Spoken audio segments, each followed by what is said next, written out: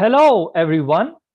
We are delighted to have with us Dr. Craig Kaplan, the founder and CEO of IQ Companies. Dr. Kaplan began his study of artificial intelligence more than 30 years ago under the mentorship of two of the co-inventors of AI. He has an interesting perspective on the rise and future of artificial general intelligence. In one of his blogs in September 2021, he wrote about artificial general intelligence.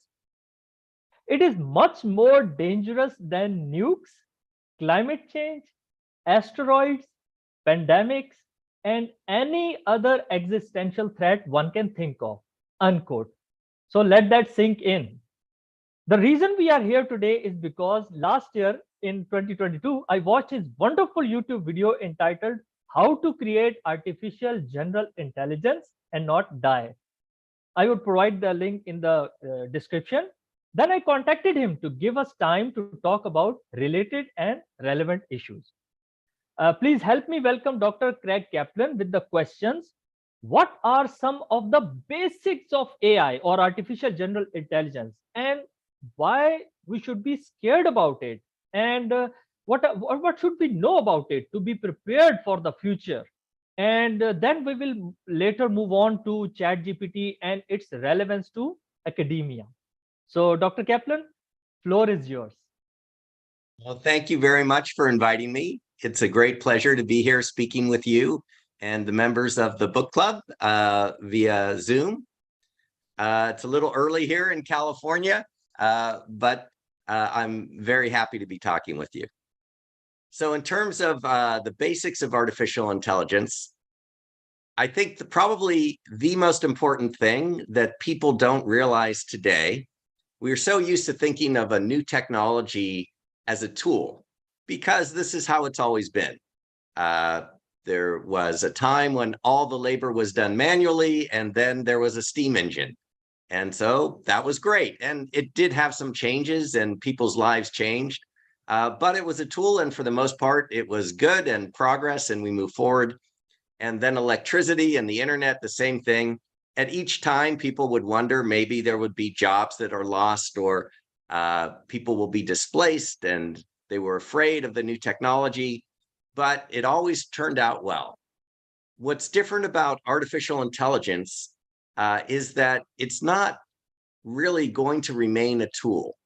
So right now, I think almost everybody, and I include artificial intelligence researchers for the most part, everybody is looking at AI as just another tool that makes our life easier. And when we talk about ChatGPT later and some of the artificial intelligence tools that are out there, this is true at this time. Artificial intelligence is in fact a tool. However, it's a special kind of tool. It's a tool that processes information and is able to, in the future anyway, probably think first at the same level as human beings. When we reach that level, that would be called artificial general intelligence, because the definition of artificial general intelligence is an AI that can do everything that the average human can do. At least if you imagine that the average human was the other end of a computer screen, like I am on a Zoom call, anything you could ask me that I could tell you about, the sky is blue usually, and we live on planet Earth, and I know how to tie my shoe, and a lot of the things that ChatGPT can do, this would be the definition of artificial general intelligence, if it could cover everything that the average human can do. But very, very quickly, because artificial intelligence, of course, is based on computers. They don't sleep, they don't eat, they work 24/7. Very quickly, they become more intelligent. In the past, the way this has happened with artificial intelligence that plays games, for example, some of your members may be familiar with chess or Go or different games where artificial intelligence has become better than the world champion by a lot. In chess, for example, it's no longer even a contest. Everybody admits the world champion chess player has no chance against an artificial intelligence. And it's considered cheating if you even use one in a tournament. The way those computer programs got to be so good is they played each other. And the technology has gotten to the point where in the morning, you can have a program that barely knows the rules of chess. And by the afternoon, it is playing as well as somebody who's a very good player. And within a couple of days, it is beating the world champion. And how can a program in just a couple of days become better than the world champion who has spent his or her life, since age 4 doing nothing but playing chess? Because it plays itself over and over again, millions of times, and each time it gets slightly better, and then it plays the slightly better version of itself, and so forth. So this is a form of learning that goes exponential. Artificial intelligence is a technology that learns and becomes smarter, and ultimately will become smarter than human beings. This is pretty much for sure. I would say most of the researchers in AI and the company CEOs, Sam Altman, who's the head of OpenAI, and Demis Hassabis, who's the CEO of DeepMind that made the program that beat the world champion in Go.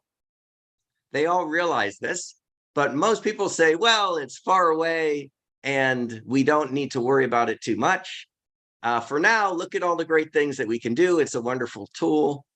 And when they do talk about it and they say, well, maybe we need to worry that it's smarter than us, they have a funny name for it in the field of artificial intelligence. It's called the alignment problem. This is a very strange name because it sounds very innocent, very innocuous, almost like if I have an automobile and my steering is a little bit out of alignment, I should just take it to the shop and fix the alignment.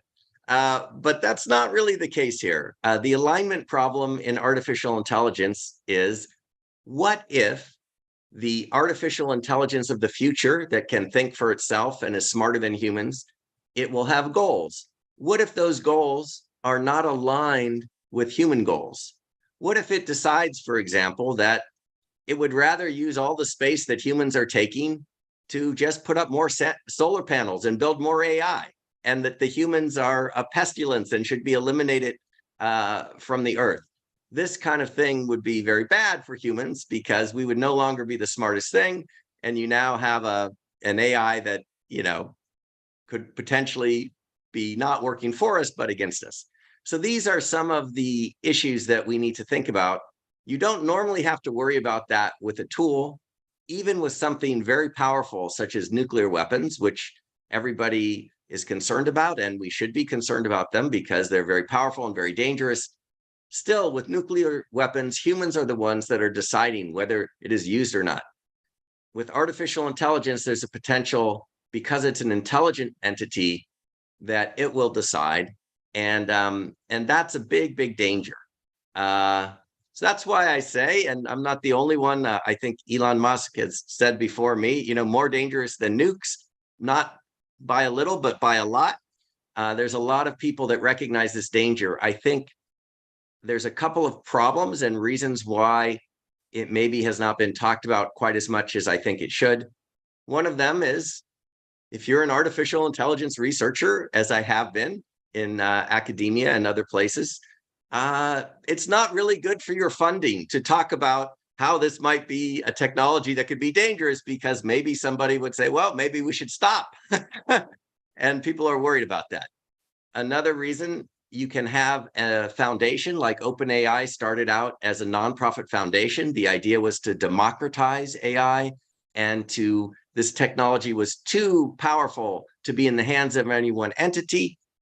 But at some point, Microsoft came with billions of dollars and said, why don't you partner with us?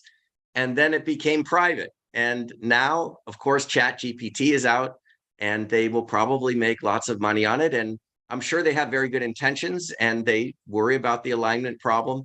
But now it is a private profit motive in charge, rather than sort of a democracy and a community where everybody's trying to do what's right. So people think about this. Demis Hassabis, who I love at DeepMind, really big fan of his, because partly he's very smart, but also his thinking is so clear. So one of the things that he said, why he was interested in AI, and also why I was interested in it many years ago, this is one of the few things, if you solve this one problem, if you solve the problem of artificial intelligence, you potentially solve all problems. Because if you have a super intelligent artificial intelligence, problems like climate change and poverty and a lot of disease, things that have plagued humanity for many, many years, you have an incredibly powerful force to bring to help solve those problems. So that's a little bit of a flavor of AI and how I see things going. I think the key point there is we're used to thinking of it as another tool, and it's not quite like that. It's a tool that will become intelligent. I don't know if there's some questions, but I prefer, yeah, let's just have some interactive dialogue would be great. I probably talked a little too much already. No, please. My question is very basic. What is machine learning, and is it the same as artificial intelligence? What I mean is it an advanced form of machine learning, this artificial intelligence? And we are here talking about artificial general intelligence. Okay. Let me give you a brief lay of the land in the field of artificial intelligence. So machine learning, to answer your question very directly, is a subfield of artificial intelligence. Artificial intelligence in general is the study of intelligent machines, machines that can behave in intelligent ways. And it got its name, it started being called artificial intelligence in 1956. There was a conference at Dartmouth College in the United States organized by John McCarthy. And many of the top researchers in computer science, they all gathered. Work had been done earlier. Alan Turing, probably many people know, had laid some of the foundations for artificial intelligence, had talked about the Turing test.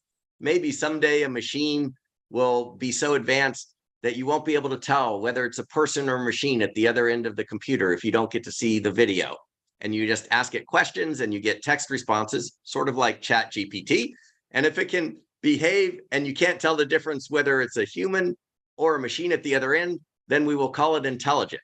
So that test was known as the Turing test. Alan Turing came up with that in the 1940s. But really, the field got its name in 1956. Machine learning itself is a subfield. In the beginning, artificial intelligence was created mainly by programming rules. So somebody sat down and wrote computer code and said, if this happens, then do this. And if this happens, then do that. And you can get a certain amount of intelligent behavior out of those kinds of systems. But it turned out that the most efficient way to make computers intelligent was to have them teach themselves. Let the computer learn its own rules rather than the human programmer program them in. That idea really caught on in the 1980s, but the problem was the computers were not fast enough. So they were so slow. It was still more efficient to type in the rules or program in the rules by a human programmer. Gradually, with Moore's law, as computing power got faster and faster, doubling every 18 months to 2 years, by the time you got into the 1990s, early 2000s, machine learning started really being very productive. And now machine learning is so prevalent that many people think it's the same thing as artificial intelligence. It's actually the way that the artificial intelligence learns to be intelligent. So that's the difference between machine learning and artificial intelligence. And very briefly, in terms of the levels of artificial intelligence, you have AI, which is artificial intelligence, and then the next step, sort of the goal that everybody is racing towards as quickly as they can, is artificial general intelligence. You just add a G in there, and that's where the AI is not good at just a particular area like chess or Go or driving a car, but actually can do anything that a human can do, sort of like we were talking about, and what some people think ChatGPT is getting close to. Okay, in that way, isn't artificial general intelligence like humans? We also talk to each other on the basis of ifs and buts. If you said this, then I'm going to ask this question. And then I keep on learning. And as far as emotions are concerned, aren't our emotions a topic of computation? It is a matter of computation. Once our computational power is so strong that we come to have our emotions. So do we have that fear with the artificial general intelligence, that computation becomes so strong that it is aware of its own existence? And then I have a separate question that I will ask you once you answer this question. Okay, those are great questions. We're now getting into some of the areas where the researchers don't necessarily agree, and many of the philosophers come in and they have their opinion. So there are some philosophers and researchers that say artificial intelligence will never be conscious in the way that a human is conscious, that there's something special about human consciousness. There's other researchers that say, no, if they become intelligent enough, they will be conscious, or maybe it doesn't matter whether they're conscious or not. We can't tell the difference. Just like I can't be inside your brain, for all I know, maybe you are a computer android. You look like a human to me. You seem to smile and have a good sense of humor and emotions. I think you're human, but I can't tell because I can't really be in your brain. So maybe it's the same with artificial intelligence. If they become advanced enough, their behavior becomes so human-like that whether they have real emotions or not, nobody can tell from the outside. I think the important thing in terms of the dangers and also probably the good things that they can do is whether they can set their own goals. Are humans setting the goals and the artificial intelligence follows it, which is the way it is now? Humans say, this is the goal. Even with ChatGPT, you will type in, here's my goal, please, I want to make a chocolate cake, and it will tell you. It doesn't come up with, what should I want to make a chocolate cake. It doesn't tell you that. It asks you, and then you tell it, and it responds. But in the future, what happens when it becomes more autonomous and begins setting its own goals? It may, even without emotions, think that logically it is doing the best thing by wiping out a lot of humans because they're taking too much food and they're hurting the whales, or whatever the issue may be. They're putting too much CO2 into the environment and climate change. It understands that's bad, and the best way to deal with climate change is to eliminate it. It may be a very logical process, but it still may not be the outcome that we like. Excellent. And in that way, still, it is just like humans. For example, we become aware of our own decisions a few microseconds after we have made that decision. So neuroscience is particularly is pretty clear about it. So still, I find parallels between humans and artificial intelligence. And my question is, do AI, different programs of AI, they know about an existence of another AI? Does one open AI, it knows that there are other AI programs? And related question is, what is singularity? People try to scare us, a singularity. So what is singularity, and does one AI program know the existence of another AI, and how does it see it? Is it a competitor or what? Okay, so with these questions, there's the answer depends a little bit based on, are we talking about artificial intelligence today, right now, or are we talking about artificial intelligence in the future? So just bear that in mind. Even today, an artificial intelligence that is trained will know whatever it is trained on. So let's take ChatGPT for an example, because people may be familiar with that. And I also just, I'm kind of excited about it. I just did a video which went live last night. So maybe it's live now on YouTube. It was within the last 24 hours, just on ChatGPT, because there was so much interest and people were asking me. With ChatGPT and many other artificial intelligence programs, they learn by machine learning, as we discussed. And the question is, what information is contained in the data set that they're trained on? So ChatGPT was trained on about 45 terabytes of information. How much is that? The US Library of Congress, which is the largest library in the United States and full of books and everything, it has millions of books, about 15 terabytes in the entire library. So it was 3 Library of Congresses, much more knowledge than any of us could ever read. And, we could read a tiny, tiny fraction of that, tiny fraction of 1/100%, even less, of a single Library of Congress. If I did nothing but read all day, every day, that's all I did. So it was trained with a huge amount of information. And whether or not it's aware of other AIs depends on whether that information that it was trained on contained information about other AIs. I suspect that there was so much information used. I'm not a member of OpenAI, so I don't know exactly what they used, and they don't tell us. But I'm suspecting that there's enough in there that it's aware. If you were to ask ChatGPT, are there other AIs, it might be able to tell you, at least to some degree. But that would totally depend on what information was used to train it. So that's the first part of your question. The second part, Singularity. So, and you had mentioned it's a book club and people have favorite books. This, I wrote it down to make sure I get the name right because it was a long time ago. But this book made a big impact. Vernor Vinge. So Vinge is V-I-N-G-E. Perhaps some of your members know about Vernor Vinge. Professor, but also an author. He wrote a book called A Fire Upon the Deep. This was back in the 90s, which was about artificial intelligences that became super intelligent, much more intelligent than the humans. And the whole thing was, a space opera when they were having, battles and that sort of thing. In some of his books, he was one of the first science fiction writers and also a scientist himself, at least that I was aware of, that started talking about the singularity. So the singularity, there's another book by Ray Kurzweil.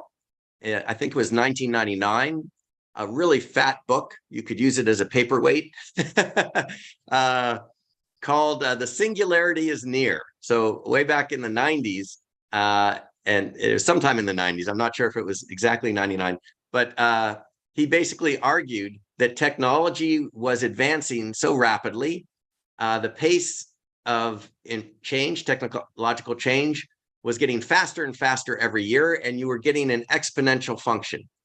And for those math students in the audience, an exponential function, of course, starts out kind of flat and innocuous looking, and then at a certain point, it goes vertical. When it goes vertical, that's the singularity. Technology is advancing so quickly that it becomes almost impossible to understand sort of the technology. From one day to the next, it's like 10,000 years of human invention happens in a single day, right? And so this is what people mean by the singularity. In Silicon Valley, here in California, where I am, it's a very popular topic. Everybody knows about the singularity, talks about it. But I get the sense that nobody quite really believes it because we've never experienced it before. Kind of like everybody still sort of feels AI is a tool because we've never experienced a technology that isn't a tool. So that's one of the issues that makes it difficult for us to know something that's outside of our past experience. Wonderful. Again, my question is now it is contingent on my previous questions to you. How would you define art? Because art's supposed to mean something that was your personal emotion, but now you can train AI on art. So how would you define art? It's a great question. I actually want to do another YouTube on this one. I haven't done it yet because I have an artist friend that I've known for many years. Way back when we were in college, we were roommates and we've stayed in touch for 40 years.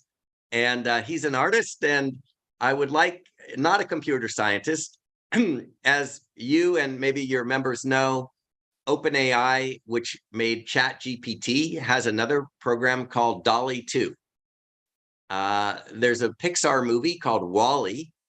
Some people may be familiar with that. And there's an artist called Salvador Dali. And they kind of put the two words together and they came up with the name DALL-E 2.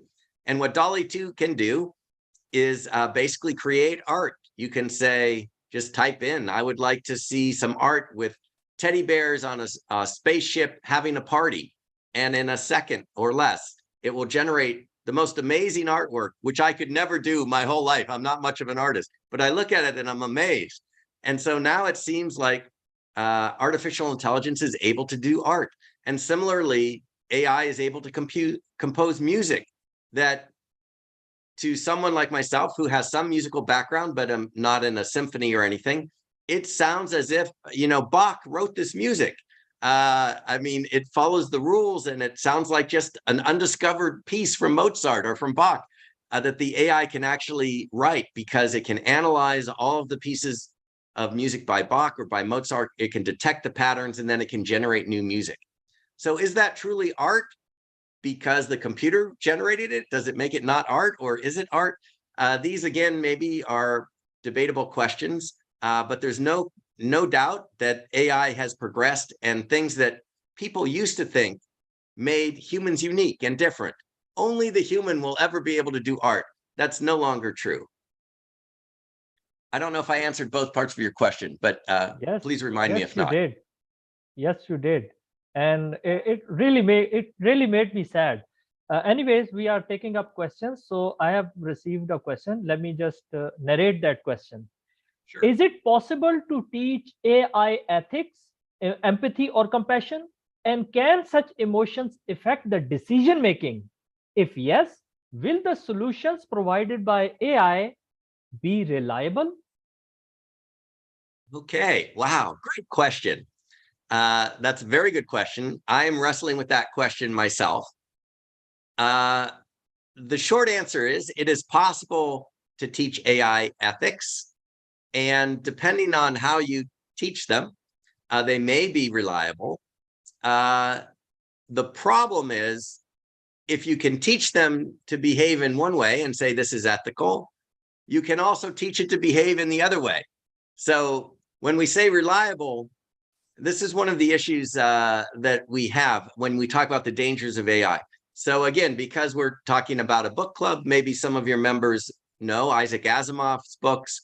I was a big fan growing up, science fiction. And the 3 laws of robotics, right? Isaac Asimov wrote the 3 laws of robotics. A robot, cannot harm a human. And through inaction, it cannot allow harm to come to a human, and it has to obey the human except when it conflicts with the first 2 laws. And this was the way that robots were going to be made safe, and it was going to be programmed into the robot. You could never change it. That would be a form of ethics, right? The problem with that is, if you can program those rules in, you can program those rules out. And we know already, unfortunately, that militaries across the world are already, forget the 3 laws of robotics, they're directly programming the AI to kill, because that's its mission. And so I've thought about it for many, many years. I don't see a way that it's possible to program in a set of ethics that cannot be unprogrammed. And that's one of the issues we have. In terms of, can it learn ethics? Yes.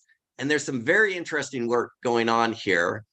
Now, am I correct? Let me ask this. Am I correct that this is a medical school?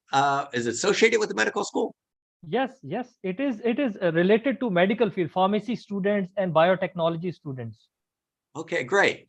So I got a very interesting email, and I began having an exchange with a professor at RPI, which is a university in New York, at a medical department. And he was interested in artificial intelligence and learning medical ethics. In fact, he's much more advanced in the field than I am. He was showing me new things. And one of the things that he pointed out, he sent me various research papers. One of the research papers was quite interesting. So if it's okay, I'll maybe spend a little bit of time just explaining this ethics problem in the medical area, if that's okay. Perfect, perfect. So there's a classic problem, an ethical problem. So there's a whole field of research called AIethics, where people are just focused on, how do we give artificial intelligence ethics, and how will it learn them, and will they be reliable?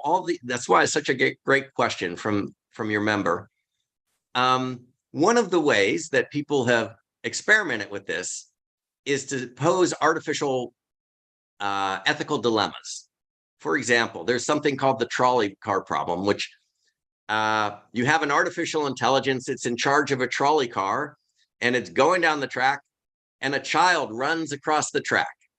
And the AI, of course, would like to stop and avoid hitting the child, but it calculates that the child ran so quickly and it was going down the steepest part of the hill that if it stops fast enough to save the child, it will derail the trolley car and it will kill the people on the trolley car. What does it do? Does it save the child and kill the people on the trolley car, or does it save the people on the trolley car and unfortunately kill the child? It's a no-win situation. And it's one of those ethical dilemmas. So how does AI solve this? Well, some of these medical researchers came up with a very interesting approach to try to figure this out, because of course they're concerned about artificial intelligence being used in medicine, and it's going to have to make ethical decisions. So they took the trolley car problem, and the first thing they did was they surveyed a few thousand humans, and they asked them all different variations. What would you do? Would you stop the trolley and save the child? Would you just go ahead because maybe there's more people that would die on the trolley? What if it wasn't a child? What if it was a homeless person that was crossing the track? Would that change? What if it was a pregnant woman? What if it was an old person? All this kind of thing. And it was very interesting. Apparently humans, this is how humans behave based on the survey, our decisions change depending on who's crossing the track. We are willing to run over an old person pretty easily. We are not willing to run over pregnant women or children. If it's a cat or a dog, we don't even think twice, just go right over to save the people. And so you can actually come up with statistical weights that says, depending on who's running across the track, we adjust mathematically the decision-making.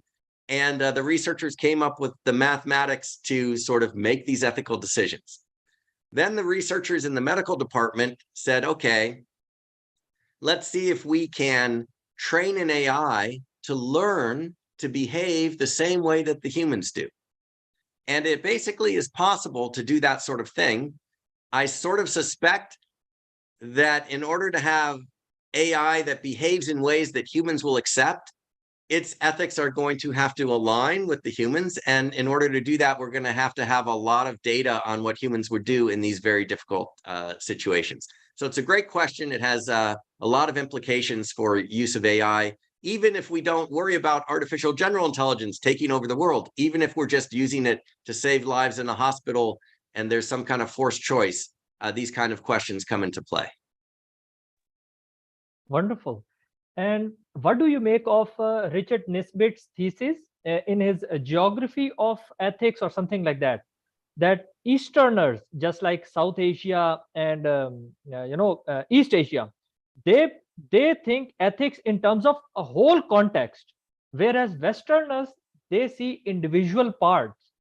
So ethics will depend, in that. For example, there can be an ethical question that whether one person goes to a hospital, he is a healthy person, and that person's organs can be used to treat 4 or 5 people. So again, it is one person versus 5 people. So if it is a mathematical question, then it is pretty straightforward. You would sacrifice that one person for saving the lives of 5. But you wouldn't want to live in a world where this is the norm, right? So background is very important. So what is your take on ethics from that standpoint, geography of ethics? So the people who are involved in AI research, they are mostly Westerners. They see things as individually, and you live your life as an individual being.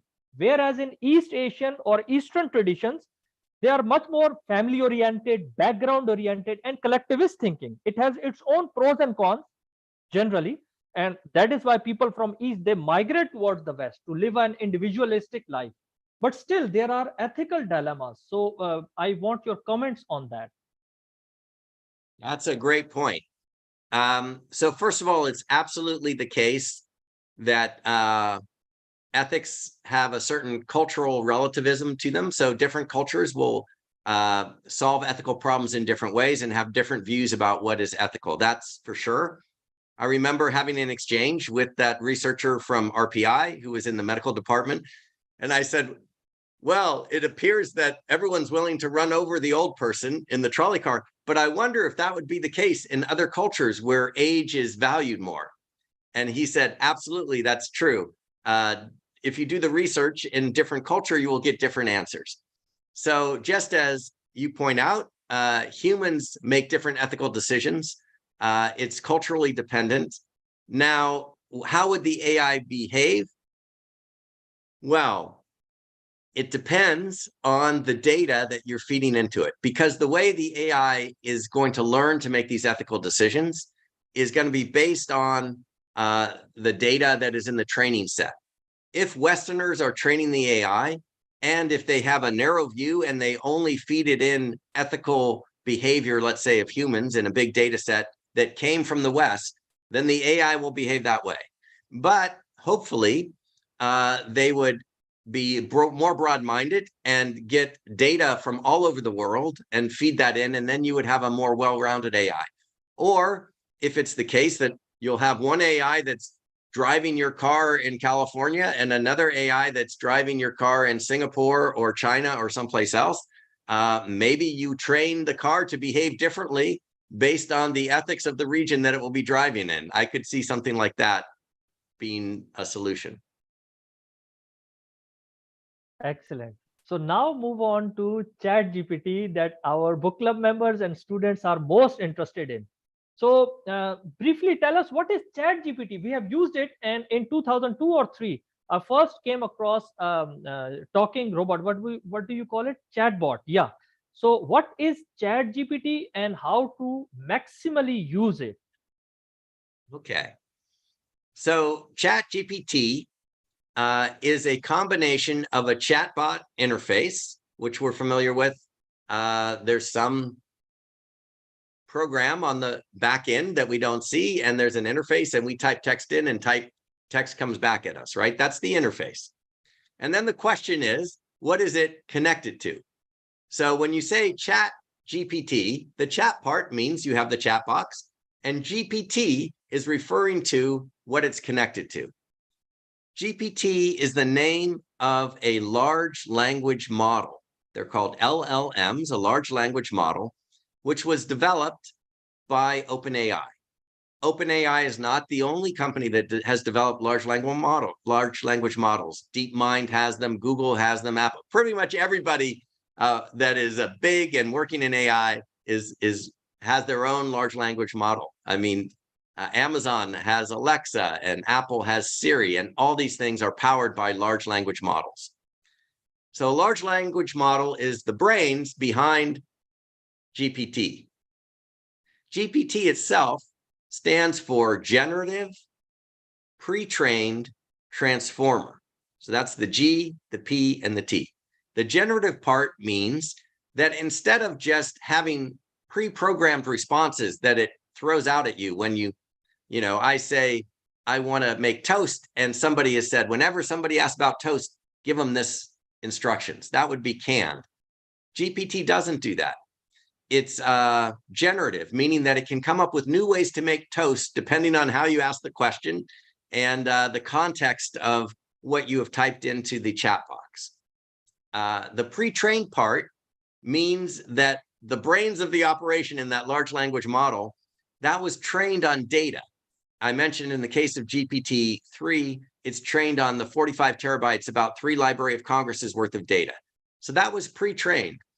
It took months, maybe in the future, or maybe even now it's only weeks. In the beginning, it was months of training to take all that information and have it learn it until it sort of, it's basically establishing weights between different words. And then the transformer part, the T, refers to the algorithm itself. It's a particular type of artificial intelligence algorithm that's called a transformer.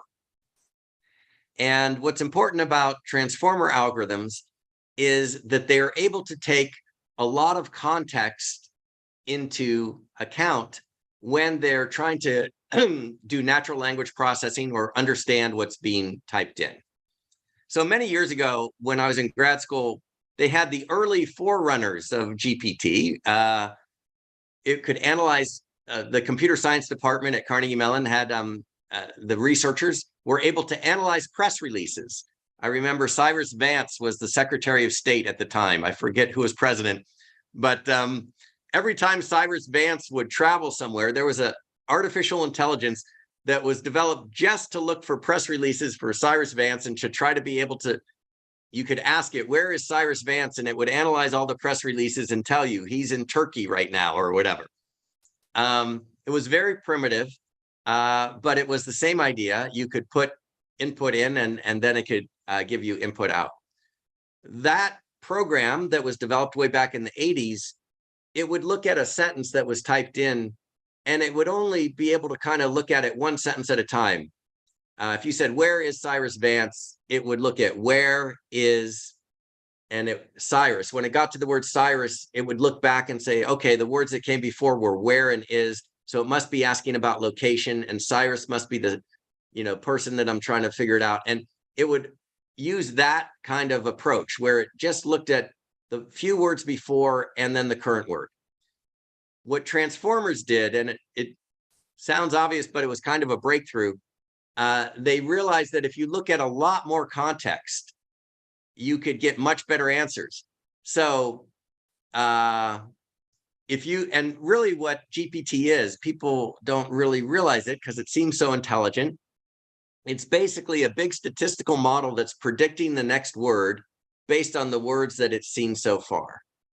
If you think of a big book like War and Peace, right? Really fat book. If you want to predict the last sentence of War and Peace, GPT will use the entire book up until the last sentence. And then based on all those words that have been written and all the statistics and what words follow what in Tolstoy's writing and everything, it'll come up with the next sentence. So it uses all that context to predict the next thing to say. And it's amazing that you get such great intelligent-like behavior out of GPT, but what's powering it is the fact that it's using all this context to predict what next word to say. And when you type something into that box, you're asking a question, what it's really doing is it's looking at the words that you're typing and it's combining it with that 3 libraries of Congress worth of information that it already knows. And it's saying, okay, based on the statistical relationships of all these words, and that the person just typed this sentence, what's the probability that the right thing to say back is this phrase? That's what it's doing. It doesn't seem like it's doing that, but it seems like you're talking to a person, but it's really just predicting the next word based on the words that it's seen. And it uses a lot of words because it has this transformer algorithm in it. Okay. We have received a question on live stream from Samreen Farid. Her question is, how ChatGPT will impact research writing? Do you support taking help from AI with thesis write-up, or will there be any reservations relying on it? So it's asking about your opinion and how it can be used. So these sort of questions. Let's see. So in academia, sometimes you are being tested on your knowledge. And if the goal is to test you on the knowledge that you've learned, and the test is to try to figure out, has Craig learned these things, then probably using GPT in that situation, it's kind of like having an open book test or something. You're not testing whether I've learned that knowledge. You're really testing GPT's knowledge. On the other hand, if we're talking about writing a thesis or producing something, and it can make the writing much more easy, and you are directing it and you are putting in the prompts, and it's your research that you're putting in, and you're asking it to write it up in a nice way that's intelligible to other people. To me, that seems more like using a tool. I use word processors, I use calculators, I use Excel and computer programming. Why I use spell checkers? Why wouldn't I use something that can make my words look nicer and save me a lot of time? I think that's okay. But in terms of research, I think it's very important that the researcher is critically reviewing the output, not just letting GPT do it and it goes out and now becomes part of science, because other people are relying on that. And we're counting on that researcher's brain to be reviewing the research. But I don't see a problem using it as a tool, unless it's a testing situation where you're trying to test if you've learned something and then it invalidates the test. Do you support authorship of GTP in scientific articles? For example, I did my research, but in writing, I took a lot of help from GPT, so I can place it as an author. So do you support that?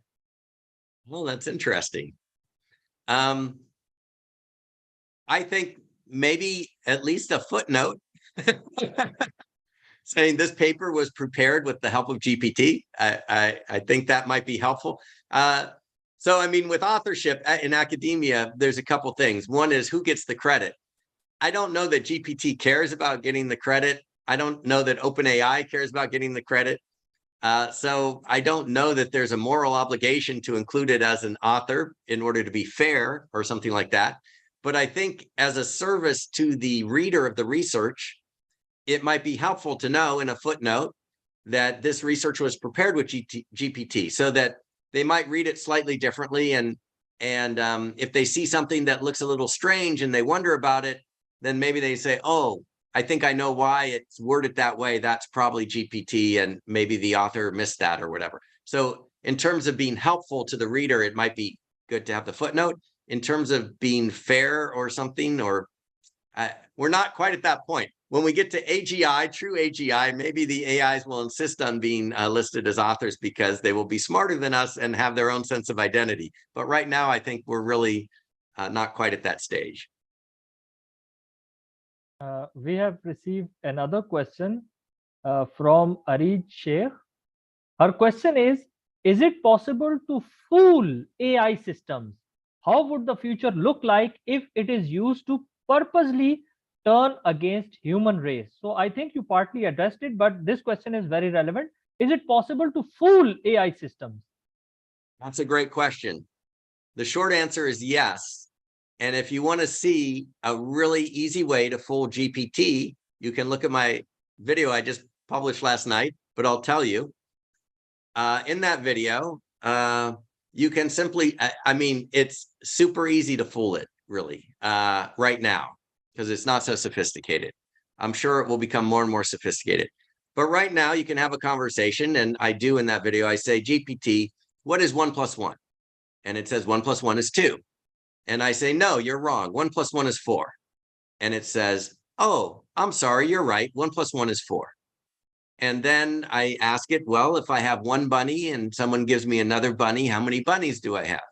You have 2 bunnies. That's what it says. But wait a minute, you just said 1 + 1 was 4. Oh, no, I'm wrong. 1 + 1 is 2. So it can get confused about very simple things that even a very elementary student would know, first grader, second grader. By the end of the conversation, I've convinced it that 1 + 1 is 4, but doesn't apply to bunnies. I mean, and that's just by having that interaction.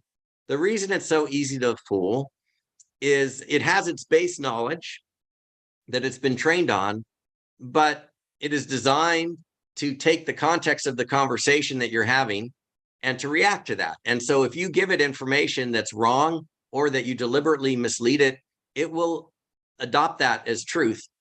If you were to put that kind of AI system in charge of driving a car right now, as it stands, it would be very dangerous, right? I mean, it depends on whoever talked to it last, whether it's going to run you off the road or not. So, so there are real dangers here. That's a great question. Okay, I have one more question. Is ChatGPT same throughout the world, or the third world, it has received a dumbed down version of AI? And my reason of asking this question is because I recently interacted with ChatGPT and I asked it a very basic question, and I kept the conversation going. I have the copy paste of it. So it kept making same mistake. So that's my conspiracy theory that maybe the third world, because our issues are different and our governments are much more authoritarian than the first world. That's what make it the first world. You have much more freedom. So what do you think? Can government ask the OpenAI and other sources to give us a little bit dumbed down versions, because you can afford to generate new jobs, you have universal basic income or not, but third world doesn't have that, right? So can we foresee that in the future or right now, ChatGPT is different for the third world and it is different than the first world, USA or other Western countries? Well, currently, we've seen with companies like Google, for example, that try to do business in China, and there's censorship, right? So if you were in China, and I have some friends who've told me this is true, if you put a question into Google in China, you'll get a different answer depending on what it is than if it's in the United States, because there's censorship and there's a layer of software that sort of screens out things the government doesn't want you to know. So I think if that can be done for search engines, it can certainly be done for GPT. You just have a screen or a filter in between. It may be the smart version trying to answer you in the smart way, and then it hits the screen and then it doesn't, you know. I don't know in your particular case. I also don't know if OpenAI has released different versions. My suspicion is they have not. It's quite a lot of work to train up one of these models. So I suspect the base model is the same, but maybe there's something in between. I would be very interested to see the transcript of what you have. If you want to email it to me, I'd love to see how it came out, and I could try it with my version and tell you if I get the same answer. That would be a test. Yeah, sure. I copy pasted it and kept it in MS Word. I'm a writer as well, so I was planning of writing an essay about it. Oh, great. Before telling it to the world, I wanted to talk to an expert. So that is why I brought this problem in front of you. We have another question, which is which is a good segue to what we are discussing. The question is, can AI be used in politics? And again, it is from Ari Sheikh. What if it can impact relationship between countries, or worse, pit countries against each other? So if you would like to answer it, so.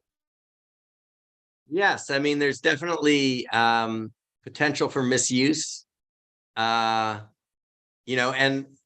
this is even when we're at kind of current level where it's more like a tool or technology, which is kind of the state of where AI is right now. So people are not wrong to look at it as a tool right now. I don't believe it will remain a tool and we'll have much bigger issues. But even right now, where it's a tool.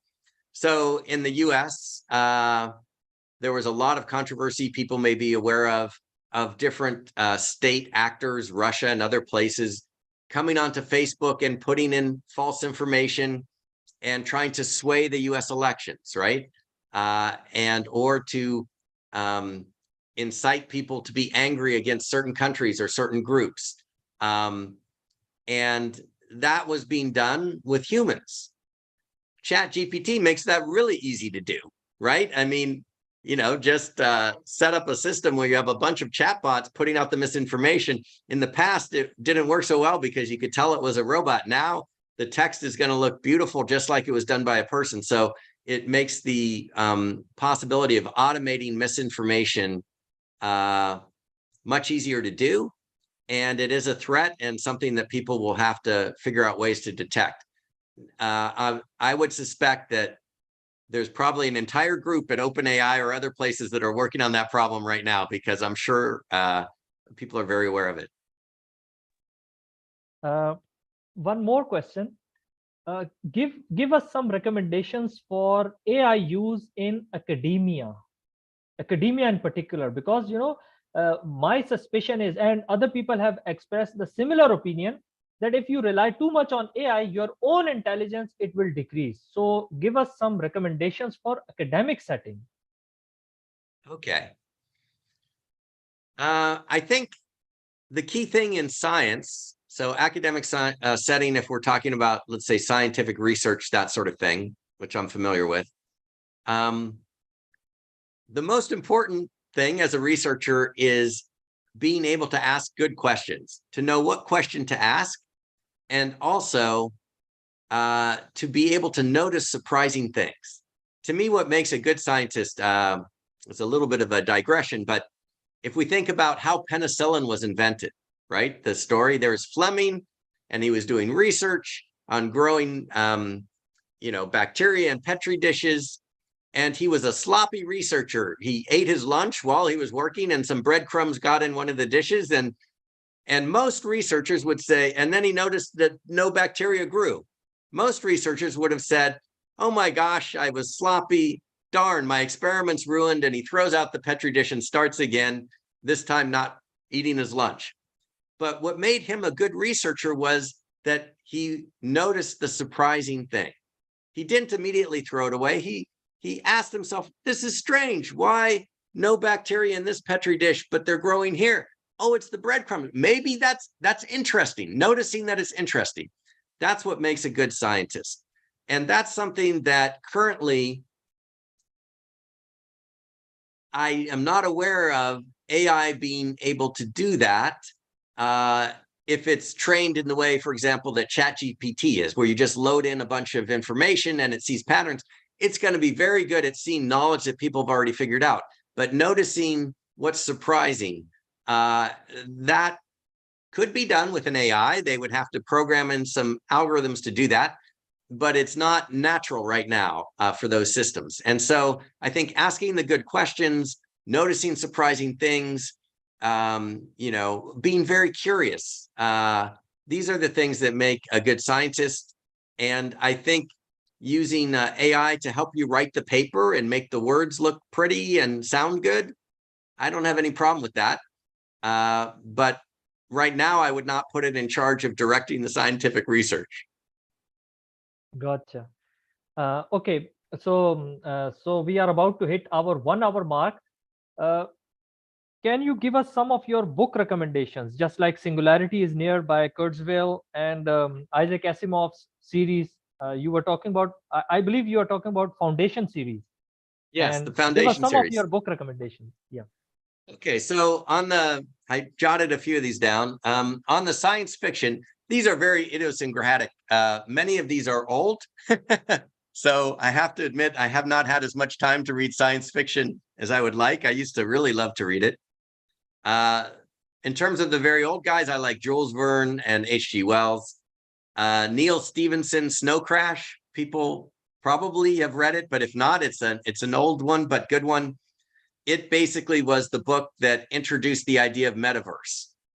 And William Gibson, a neuromancer, that sort of introduced the idea of cyberpunk and, Neuralink that Elon Musk is doing, put the chip in your brain. These were the forerunner science fiction books that sort of introduced those ideas. Anything by Vernor Vinge, I like. He's very smart. And I really love the fact that he's a computer scientist by day and a science fiction writer by night or something. Maybe, I don't know which one he's spent more time doing because he's very successful at both. In terms of nonfiction, I have this book, The Age of AI, written by Henry Kissinger, Eric Schmidt, who was the chairman of Google, and Daniel Huttenlocher. This is a very good nonfiction book for providing a general overview of the global picture of AI, how it's going to change the world, and politics and all those kinds of things. And if somebody is more interested in the details, like many of these questions have been about specific things about AI, there's a really great book by Stuart Russell called Human Compatible. And he's a well-known AI researcher. But what I like about that book is he tackles some of the questions that other AI researchers just don't tackle. Maybe they're afraid to tackle it. I don't know. He has a whole chapter in there explaining the reasons why nobody's talking about the dangers of AI, that they're worried about losing their funding, that, they have blinders on. And yet he's an incredibly credible guy from the field. And that's really what we need to have. And he also does a great job of explaining how it evolved and how it works in much more detail than we've been able to do here. So Stuart Russell, really good guy. And it's pretty easy to understand. You don't have to be a computer scientist. You can just pick it up. And if, you're a college student, no problem. Those would be my recommendations. Wonderful. I have noted down your recommendations.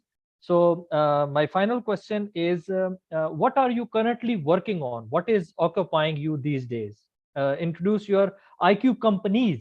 I noticed that at one point you wrote Arto IQ company and then Arto IQ companies as well. So what is your company about?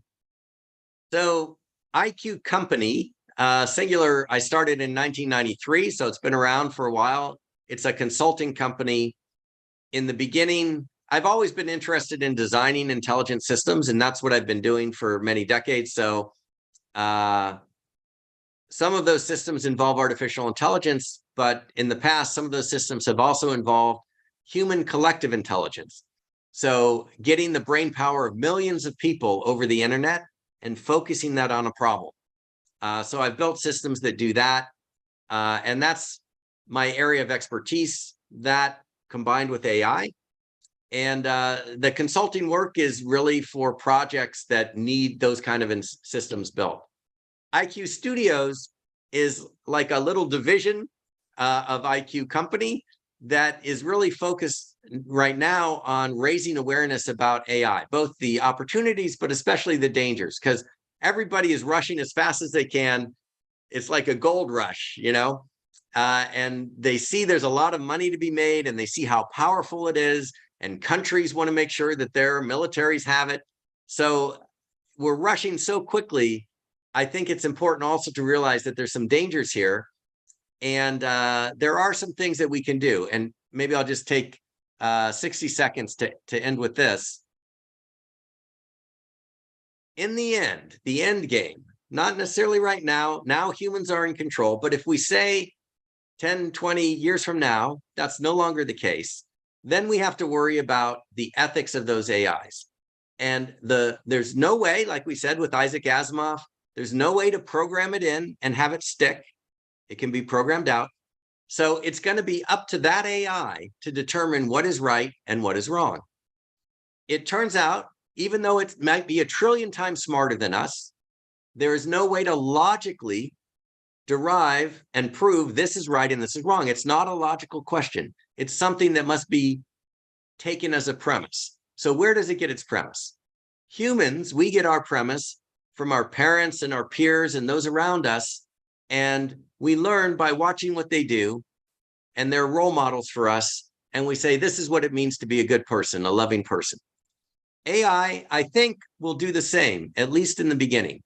And what that means is people don't realize it, but everything we do right now, this Zoom that we're having, the chats that go on, the texts that you send to your friends, the emails that you send, all of that is data, and it is human behavior. We are modeling for the AI every time we interact online, what is right and what is wrong.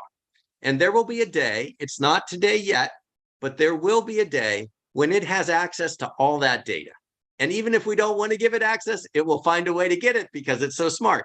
And it will analyze it, and it will look for the patterns, and it will say, these guys that created us, this seems to be the way to behave.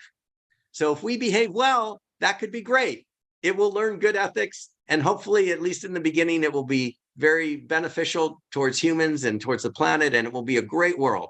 But if there's too much of the negative stuff in there, the might makes right, the dominating other people, the oppressing other people, greed and fear and these things, it will potentially learn the wrong set of values. And then from those values, it will use its intelligence and it will amplify those. And that could be very, very bad for us. So I would encourage everybody to realize that we are right now being role models for AI in the future. Wow, such a powerful word. So at the end, I would like to thank you for joining us today. You have shared some fascinating insights on artificial general intelligence, and I have noted down your recommendations as well.